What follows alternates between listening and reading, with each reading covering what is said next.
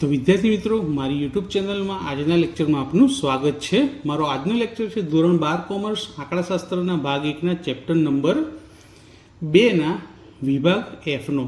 तो तमे थंबनेल में तो जोई ज लीधुं छे कि मैं विभाग एफ नो आज 11मो અને 12मो दाखलो चलावेलो छे અને चैप्टरनो आ बे छेल्ला दाखला छे। અહીં चैप्टर पूर्ण थाय छे। जो तमे पहली वखत जोता हो तो आनी अगाउना बधा ज दाखला में गणी अने प्लेलिस्ट बनावी चैनल पर मूकेलू छे, तो तमे त्यां जईने जोई शको छो। तो शुरुआत करिए दाखला नंबर 11 नी। 11मा दाखलानी अंदर शुं कीधुं के 10 व्यक्तिओ एटले के n बराबर 10 दैनिक कैलरी x ले छे अने वजन y छे, तो x अने y ते माहिती परथी क्रमांक सहसंबंधांक કેટલો મળેલો r बराबर કેટલા મળેલા છે 0.6। પાછળથી ચકાસણી કરતા માલુમ પડ્યું કે એક વ્યક્તિના x અને y ચલોના ક્રમાંકોની વચ્ચેનો તફાવત એટલે કે d 4 ને બદલે કેટલો લેવાઈ ગયો હતો 2। તો 4 લેવાના હતા એ સાચા છે, પણ ભૂલથી શું લેવાઈ ગયું 2 જે ખોટા છે। તો ક્રમાંક સહસંબંધાંકની સાચી કિંમત આપણે શોધવાની છે। તો પહેલા તો જે વિગતો આપણે લખી અહીં એને આપણે નોટબુકમાં દર્શાવી દઈએ। તો n બરાબર 10 અને r બરાબર 0.6। ખોટો તફાવત d બરાબર 2 અને સાચો તફાવત d બરાબર 4। હવે સૌપ્રથમ આ તફાવત બાદ કરવા માટે આપણી પાસે સિગ્મા ડી સ્ક્વેર હોવા જોઈએ।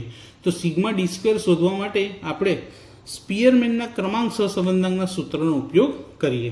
તો સૂત્ર મેં લખી દીધું છે કે r બરાબર 1 - 6 સિગ્મા ડી સ્ક્વેર છેદમાં n કૌંસમાં n સ્ક્વેર માઇનસ 1। આરની કિંમત આપણને કેટલી આપેલી છે 0.6।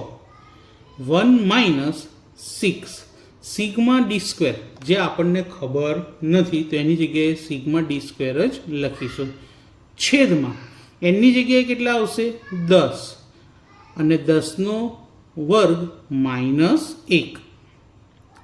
હવે શું કરીએ આપણે 0.6 છે તો -1 ને પ્લસ 1 ને ડાબી બાજુ લાવીએ તો કેવા થઈ જશે માઇનસ। તો 0.6 - 1 બરાબર -6 સિગ્મા ડી સ્ક્વેર છેદમાં 10 10નો વર્ગ 100 100માંથી 1 જાય તો 99। હવે આની ગણતરી કરીએ આગળ।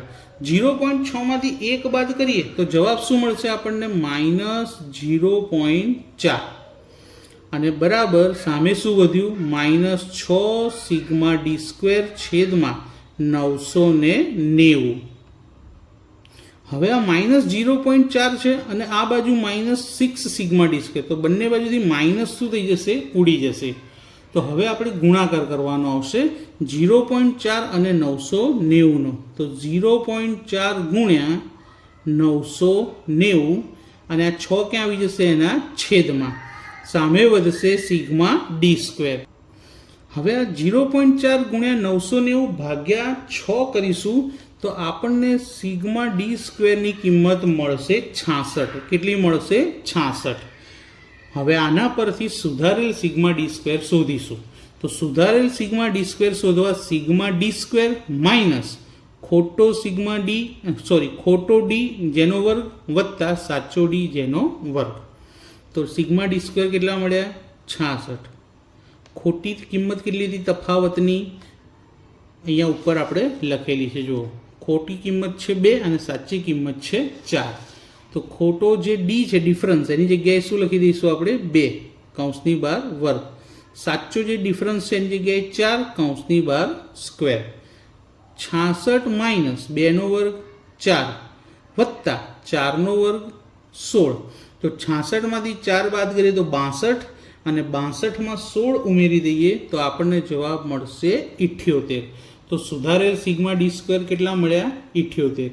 હવે તેના પરથી આપણે સુધારેલો r એટલે કે ક્રમાંક સહસંબંધાંક શોધી લઈએ। સાચી કિંમત મુખ્ય કિંમત 1 - 6 સિગ્મા ડી સ્ક્વેર કેટલા મળ્યા સુધારેલા 78 છેદમાં એની જગ્યાએ કેટલા લખવાના છે આપણે 10 લખવાના છે અને n સ્ક્વેરની જગ્યાએ 10નો વર્ગ ઓછા 1।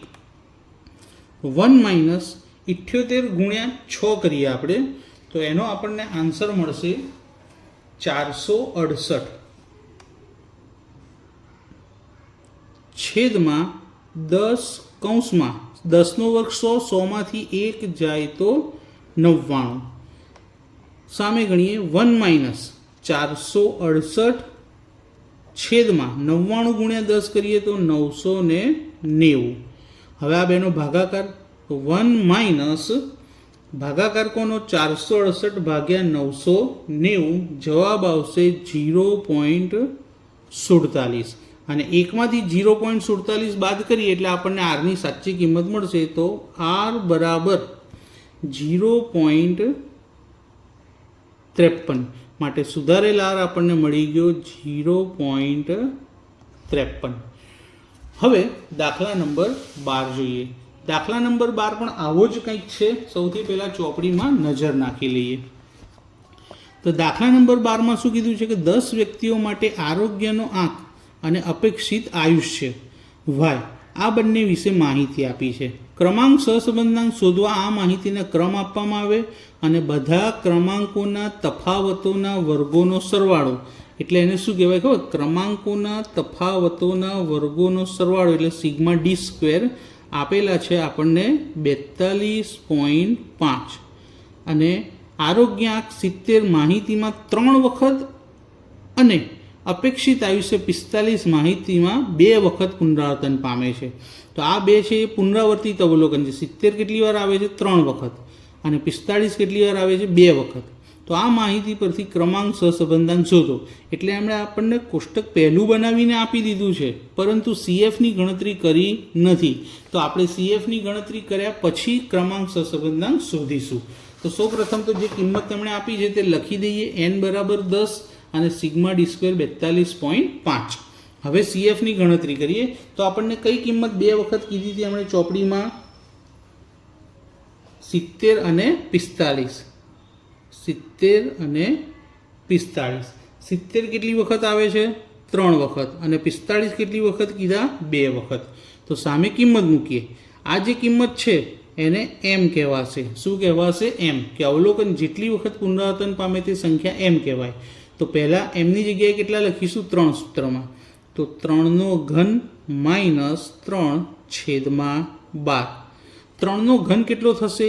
27 માઇનસ 3 છેદમાં 12. 27 માંથી 3 જાય તો 24. 24 ભાગ્યા 12 કરીએ તો જવાબ મળશે 2. હવે mની જગ્યાએ કેટલા લખવાના? 2. 2 નો ઘન માઇનસ 2 છેદમાં 12. 2 નો ઘન થાય 8 માઇનસ 2 છેદમાં 12. 8 માંથી 2 જાય તો 6. 6 ભાગ્યા 12 કરીએ તો 0.5. અને આ બંનેનું ટોટલ કરીએ એટલે આપણને શું મળી જશે? CF મળી જશે. તો કોનું ટોટલ છે? 2 અને 0.5નું. તો 2.5 CF મળી ગયા. હવે આપણને જે કિંમત આપી હતી અને આપણે જે CF શોધ્યા એને આપણે ક્યાં મૂકી દઈશું? સૂત્રની અંદર. તો સૂત્ર મેં લખી દીધું છે કે R બરાબર 1 - 6 બ્રેકેટમાં sigma D square plus CF છેદમાં n કૌંસમાં n સ્ક્વેર માઇનસ 1. કિંમત મૂકીએ. 1 - 6 સિગ્મા ડી સ્ક્વેર હતા 42.5. CF શોધ્યા 2.5 છેદમાં nની જગ્યાએ 10 લખવાના છે અને n સ્ક્વેરની જગ્યાએ 10 નો વર્ગ ઓછા 1. ફરી 1 - 6 mના m 42.5 વત્તા 2.5 તો એનું ટોટલ થશે 45 છેદમાં 10 કૌંસમાં 10 નો વર્ગ 100. 100 માંથી 1 જાય તો 99. તો 1 - 6 ગુણ્યા 45 કરીએ તો જવાબ આવશે 270 છેદમાં 990. તો 1 - 270 ભાગ્યા 990 કરતાં આપણને જવાબ મળશે 0.27. અને આની બાદબાકી કરતાં આપણને એપ્રોક્સ આરની કિંમત એટલે કે લગભગ આરની કિંમત મળશે 0.73. હવે આરની કિંમત 1ની નજીક છે તો આપણે એનું અર્થઘટન કરી દઈએ કે શું મળશે. તો અર્થઘટન અર્થઘટન કે આરની કિંમત 1ની નજીક હોવાથી બંને ચલ વચ્ચે ગાઢ ધન સહસંબંધ છે તેમ કહેવાશે. તો મિત્રો આજના લેક્ચરમાં આપણે 2 દાખલા શીખ્યા, દાખલા નંબર 11 અને દાખલા નંબર 12.